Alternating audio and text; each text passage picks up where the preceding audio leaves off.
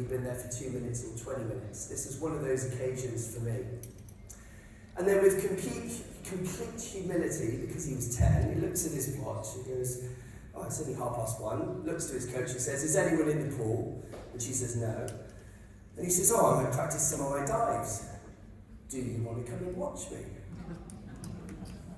So I don't know whether it's just me or maybe you in the room do this as well. When someone has told me something is good, I immediately go, well, I'll be the bloody judge of that. And this is what happened, because the coach had said he's good, and he's like, I was like, oh yeah, fine. And so as I walked to the pool, I remember just putting my poker face on. It was my first rodeo, I'd been in the sport for two decades. So I stood on the poolside, and the coach is excited, and I'm stood there like that. So I'm not going to be impressed whatever happens. And Tom's kind of warming up, as you'd imagine he would be, stretching out, and then eventually gets to the back of the ladder to go up to do a warm-up dive off the 5-metre board. So he kind of gets himself up the ladder to the back of the diving board, and he kind of does that thing he still does now, kind of preparing himself, and I'm stood there. Eventually he gets to the end of the diving board, it's his toes right on the edge, arms above his head. Sorry, I can't move very well in my suit. Arms above his head, and he waits. Probably a bit long if you ask me. And then spins around into the water.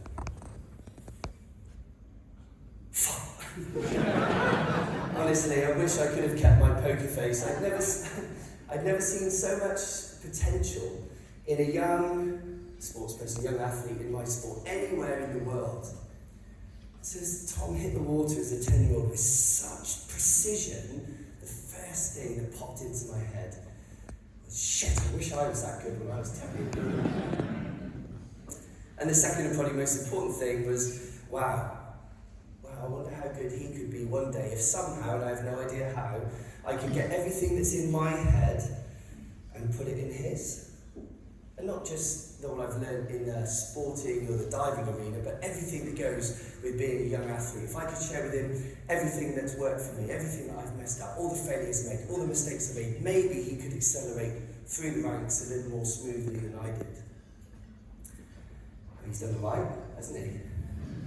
For those of you who don't know, Tom was on the Olympic Games at the age of 14, made the team in Beijing, the youngest ever athlete, or the youngest athlete on those games. A year later, he won the World Championships at the age of 15, and he's gone on, and I was, with a croaky voice, in Tokyo, not in Tokyo, pretending to be in Tokyo in Salford, commentating live on the BBC at 7 in the morning when Tom Daly, at his 4th Olympic Games, won Olympic gold. A very proud moment for me to watch him go through the many, many years of getting close and all of the life challenges that threw against, that he made it through. And the reason I share that story about Tom is because the 10-year-old who was asking questions, who was curious to learn, is still the same, but is now 28. Ask questions, curious to learn. And what's interesting for me is that there's an attribute or an attitudinal choice that kind of rings true with anyone who is a high performer in any field. And this ability to show up and be curious to learn. If you're interested, Carol Dweck has done decades of research based in Stanford University on this notion of mindset. Mindset is a word that's used quite frequently, but the research, the body of research I'm referring to, is around beliefs. And there's two types of mindset according to the research. There's someone who adopts a growth mindset and someone who adopts a fixed mindset. So, clues as to which one you should be going for. But here's the interesting thing, it isn't, it's about the belief that you carry underneath. So either you believe that your ability is improvable or changeable in a context, or you believe that it's fixed. And what's really interesting across music, academia, business, sport, those who adopt a fixed mindset have a succinct set of behaviours which are true across the board, and the same with a growth mindset. So if you're adopting a fixed mindset, i.e. you believe that you know what you know, you're as good as you're going to be, and that's it. This is where you actually you're static. When you're faced with a challenge, you'll try and get out of it. When there's a setback, and there always will be, you will fall on the floor and then get up and say, I told you it wouldn't work. Because you think that effort is pointless, because if you don't already know the answer, you don't already know the route through this project, if you don't already know the strategy, then what's the point? If you give someone feedback, and they're in a fixed mindset, they will defend it because they'll think it's about them personally. And if you're in a fixed mindset, you're jealous of the success of others, including those who are on the same team as you. Conversely, the growth mindset, the only difference is that you believe that your ability is improvable or changeable. Now, this isn't being the best in the world, although maybe one day you might be. This is just the belief that effort is the road to improvement or the road to mastery. So, of course, you put effort in. When there's a challenge, you roll your sleeves up. We all know about challenges in this room. When there's a setback, and guess what? There always will be setbacks. You pick yourself up, you dust yourself off and go, bloody hell, that didn't work. What are we going to do differently next time? If you give someone feedback, they're in a growth mindset, they'll try and find the value in it. They'll find the juice in it. And if you're in a growth mindset, you're inspired by the success of others, including those that you're in fierce competition with. So when it comes to the mindset, here's the thing that the research shows categorically, is it's not something that you are, it's something that you choose. So there's something in the 20 odd years I've been fascinated in performance psychology and mental toughness and mental wellness and mental health. The thing that is across all aspects of high performance is this choice in how you show up. So as an individual, you get to choose how you show up. You don't get to choose your circumstances, it could be really shit. Right? You get to choose how you move towards them or how you lean into them. You also get to choose to inspire those in your team around you. All of us here today have teams of people we work with. If you find someone who's adopted a fixed mindset, you know the ones, that won't work, told you it wouldn't work, this is shit, you know, those people. What you need to do, don't tell them you've got a fixed mindset. That probably won't help. If you gently put your arm around them and move them over this side and get them to look at the world from a growth mindset point of view, that could potentially get some movement. And this can extrapolate out into entire organisations. That's one thing that I wanted to share with you today while I was on the stage.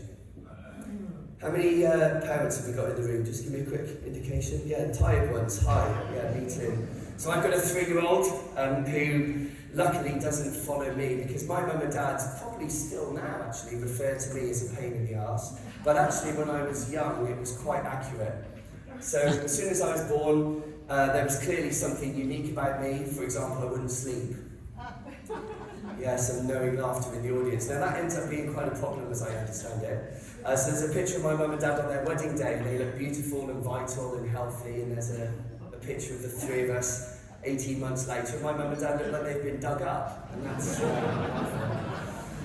so my poor mum and dad didn't know what to do with me. I needed constant attention, and wouldn't play on my own. I needed, physically kind of messing with and moving around. So they were at the end of their tether, and they decided the only way they could deal with me was try and tire me out. So that's when my life of adventure in physical movement and sport started. I was swimming in nappies, mother and baby gymnastics, and to be honest, diving was just one of the many sports that I tried as a youngster, but it was one that I really, really enjoyed. The combination of gymnastics and swimming, my first loves, culminated in the sport of diving.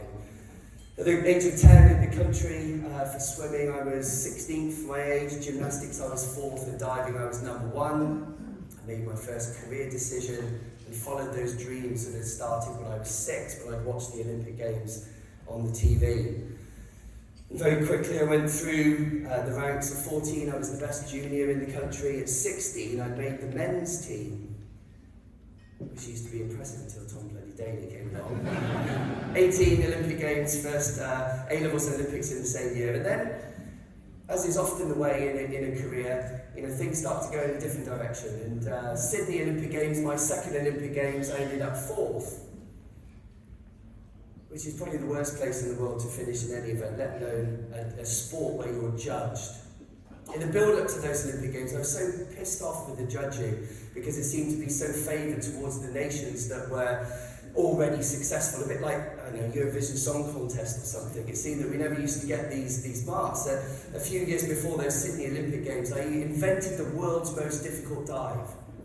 It carried the highest degree of difficulty for the subsequent 11 years, but it was so difficult to do that in the short term, it didn't actually pay dividends for me. It carried the highest degree of difficulty, but I tried to do something innovative that allowed me to stand out from the crowd, to attempt to change the perception of the judges. But as I said, Sydney, we were 4th, and then the pain is weakness leaving the body mantra that I seem to have as a tough athlete was no longer serving me in reality. My shoulder was so unstable that it required surgery. I was given a 30% chance of making it back. Somehow I had the surgery, 6 months of rehabilitation, I started to dive again, but things weren't going very well, and I ended up having another surgery. And then I started to fall very deep into a vicious cycle, which subsequently was diagnosed as retrospective diagnosis as a period of depression, where I tried absolutely everything over that period of time. I stopped seeing my friends, family, I focused on diving, really focused on my diet, and I just kept getting further and further into this hole that I couldn't climb out of. And the second thing I wanted to share with you is that point that it changed for me. There's a strong link between emotion and physiology. And when times are tough and you're feeling the pressure of the world against you, you take on a certain demeanour, the shoulders hunched, screwed up face. The point that it turned for me was the point when a mentor gently put his hand on my shoulder. I just messed up at a competition, I was in tears, I was ready to give up, and he asked me one simple question. He put his hand on my shoulder and he said, "Leon, why do you do this sport?"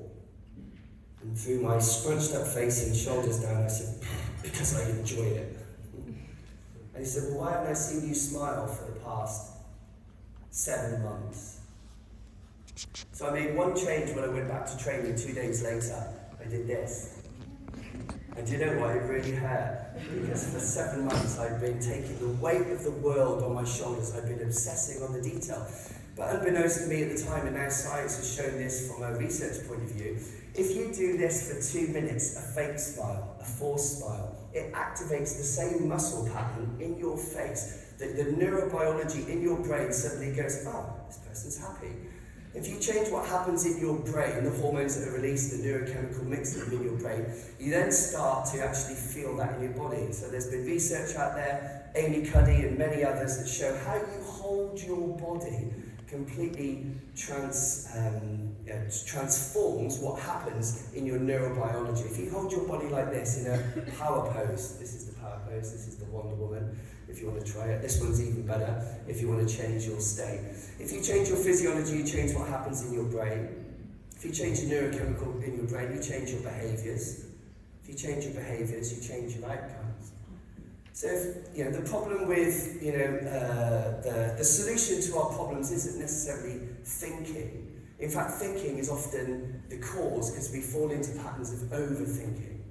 So if you're in a particular situation where things aren't going your way, check how you're holding your body. Are you furrowed brow? If you want to do your next tax return with a pen in your teeth and bite down on it, science has shown that actually a task that some of you might enjoy it in the room, a task that most of us won't enjoy, you can endure it a little bit more easily if you've got a forced smile on your face.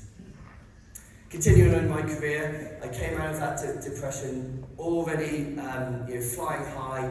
Things are going well towards the Olympic Games, the World Championships. Guess where we finished?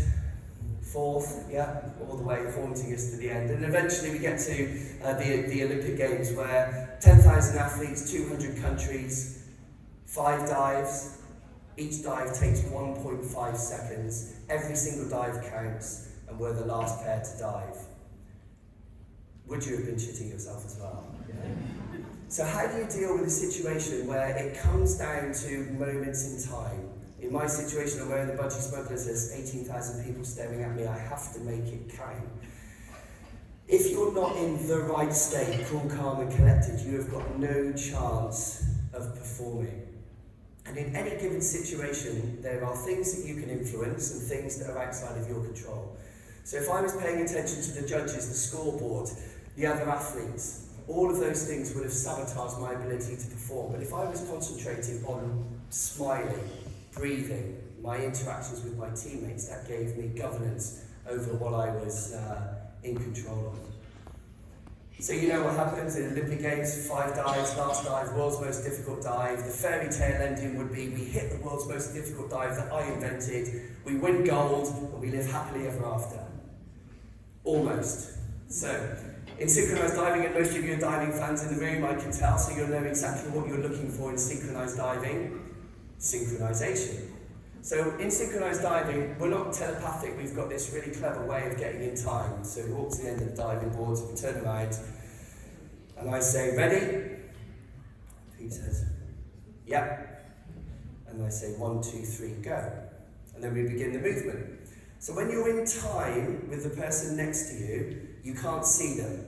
You just get this kinesthetic awareness, so this really intense feeling that someone is next to you, hurtling through the air, doing the same thing as you. It's a really unique sensation.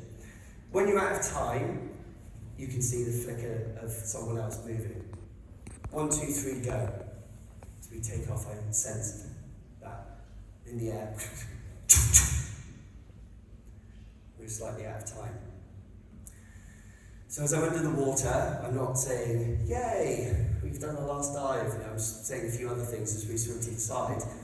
The scoreboard flickers to life, it takes an age, and then I see the number 2 in the corner, and that's the result, because we're the last pair to dive. And then I've got amnesia. So for the next 45 minutes, I use visualization to be cool, calm, and collected, but I had never visualized the fact that what would happen if I did achieve a 20-year dream. So you go into this state of overwhelm and amnesia, it seems. But what's really interesting for me is that moment in time there is that the perception of the judges had changed because of what I did years before. Inventing the world's most difficult dive in the short term didn't serve me. It was so bloody difficult, I missed out on medals in that part of my career. But because I'd done something courageous and innovative, the perception of those judges had changed, so that when Taylor and Waterfield slightly messed up their final dive in the Olympic final, the judges went with us. And we stood on the podium first for 44 years, which was incredible for me. So that long-term managing of the dip, which you have to do in business all the time, what is it that you're deciding on now that's going to pay dividends in the long term? So in summary, what have I shared with you? Mindset, you get to choose how you show up. Just check in with yourself.